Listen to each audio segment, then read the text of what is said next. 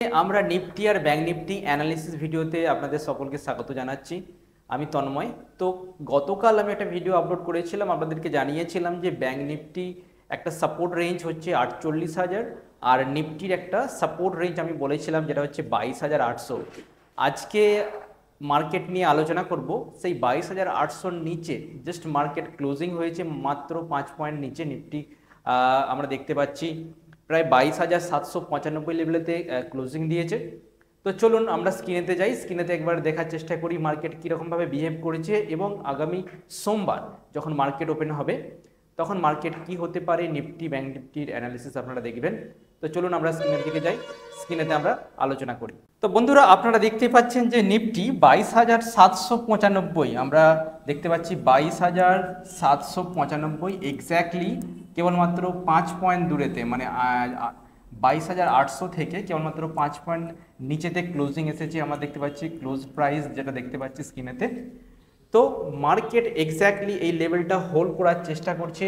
Market কিন্তু আজকে সারাদিনেতে প্রায় ব্রেকডাউন দিয়েই দিয়েছিল, কিন্তু সেরকমভাবে নিচের দিকে যেতে পারেনি। আমরা দেখতে পাচ্ছি এই লেভেলটা হোল্ড করার চেষ্টা করছে। তো আমাদের কাছে তবে একটা ভালো জিনিস যেটা আমরা দেখতে পাচ্ছি, প্রথম কথা হচ্ছে যে একটা প্যানিক তৈরি হয়েছিল মার্কেটে, সেই প্যানিকটা কোথাও না কোথাও দূর হয়ে যাচ্ছে, প্যানিক আর নেই মার্কেটে। এবার কিন্তু ফ্রেশ বাইং আমরা আশা করছি। আমরা কি আশা করছি? আমরা আশা করছি মার্কেটে ফ্রেশ বাইং। তো এই বাইংটা যদি আসে তাহলে কিন্তু মার্কেট একটা রিভার্সাল দিতে পারে, যেভাবে ফল হয়েছিল একটু সাইডওয়েজ হয়ে হয়তো উপর দিকে মার্কেট আবার আসার প্ল্যানিং করছে। তো আজকে রিভার্সাল দিল না কেন, এই পয়েন্টটা যদি আমি আজকে আলোচনা করি তাহলে প্রথম কথা বলবো যে আমেরিকার মার্কেট মানে হচ্ছে ডাও জোন্স, আমরা জানি তো ডাও জোন্স কিন্তু অনেকটা ফল হয়েছিল। তো সেখানে কেন ফল হয়েছিল? কেননা বিভিন্ন কোম্পানির রেজাল্ট এসেছিল এবং তাদের প্রেডিকশন ফিউচারের জন্য যে কমেন্টারি থাকে, কমেন্টারি কিন্তু খুব একটা ভালো হয়নি। ডাও জোন্স বা আমেরিকান মার্কেট খুব একটা পজিটিভ ছিল না, একটা নেগেটিভ সংকেত ছিল। আর নেগেটিভটা কেন ছিল? কেননা আমরা দেখেছি প্রায় আমেরিকার মার্কেট লাইফ হাইয়ের কাছাকাছি ছিল, সেখান থেকে জাস্ট একটা সিম্পল কারেকশনের মতো একটা সময় এসেছে, সেই জন্য একটু নেগেটিভ ছিল।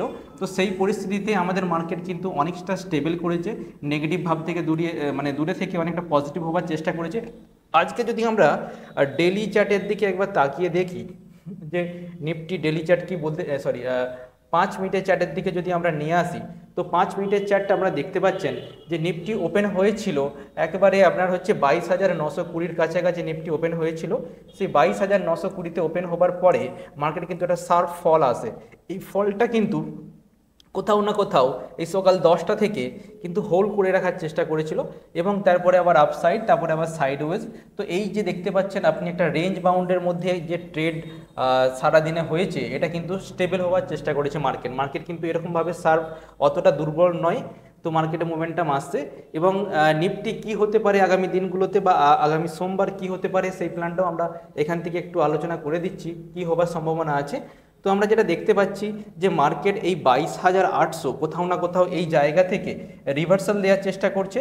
তো এখান থেকে যদি রিভার্সাল দেয়, আমি আগেই বলেছি 23,000-এর উপরে যখন মার্কেট উঠবে বা ক্লোজিং দেবে তখন কিন্তু একটা বুলিশ মোমেন্টাম আসবে এবং সেই 23,000-এর সাপোর্ট নিয়ে কিন্তু আবার মার্কেট উপর দিকে ওঠার চেষ্টা করতে পারে।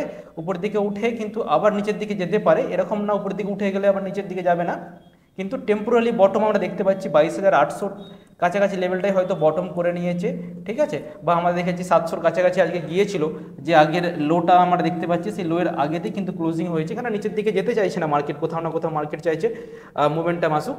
আর যদি আমরা ব্যাংক নিফটির দিকে দেখি, ব্যাংক নিফটি কিন্তু আজকে কিন্তু সেই লেভেলটা হোল্ড করে রাখার চেষ্টা করেছিল, ঠিক আছে। আজকে সারাদিন যে ট্রেড করেছে আপনি এটা দেখতে পারেন, একটা নিউট্রাল ক্যান্ডেলের মতো ট্রেড করেছে। এখানে বায়ার সেলারের প্রায় ক্ষমতা অলমোস্ট সেম, সেলাররা যদি একটু হাবি আছে কিন্তু নিচের থেকে বায়াররা কিন্তু মার্কেটকে উপরের দিকে তোলার চেষ্টা করছে। তো এইখানেতে আমরা যেটা দেখতে পাচ্ছি সেটা হচ্ছে এই 48,000 নিচের দিকে লেভেল, 48,000টা কিন্তু স্ট্রং সাপোর্ট জোন ব্যাংক নিফটির ক্ষেত্রে। তো যদি ব্রেক দেয় তাহলে 49,000, 50,000 উপরে যদি ব্যাংক নিফটি উঠে যায় তাহলে একটা সাইকোলজিক্যাল লেভেল যে মার্কেট উপরের দিকে উঠে যাবে। তো মার্কেট আজকে সারাদিন নিউট্রাল ছিল, খুব একটা ডাউন মুভমেন্ট ছিল না, বা নিচে থেকে অনেকটা রিকভারি দেওয়ার চেষ্টা করেছিল উপরে ওঠার জন্য। অনেকটা হাইতে মেটাল সেক্টর মোমেন্টাম দিয়েছে।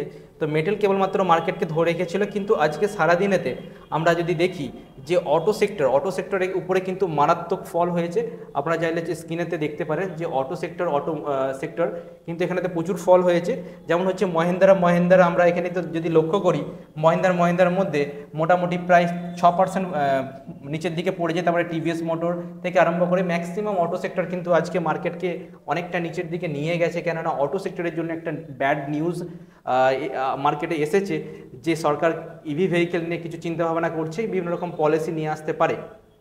তো এরকম নেগেটিভ খবরের জন্য কিন্তু অটো সেক্টর পড়েছে। তো দেখুন কেবলমাত্র মেটেল আজকে কিন্তু পজিটিভে ছিল এবং আইটি কোম্পানিগুলো স্টেবলে ছিল। তো আমরা আশা করছি যে মার্কেট খুব শীঘ্রই আবার স্টেবল হয়ে যাবে।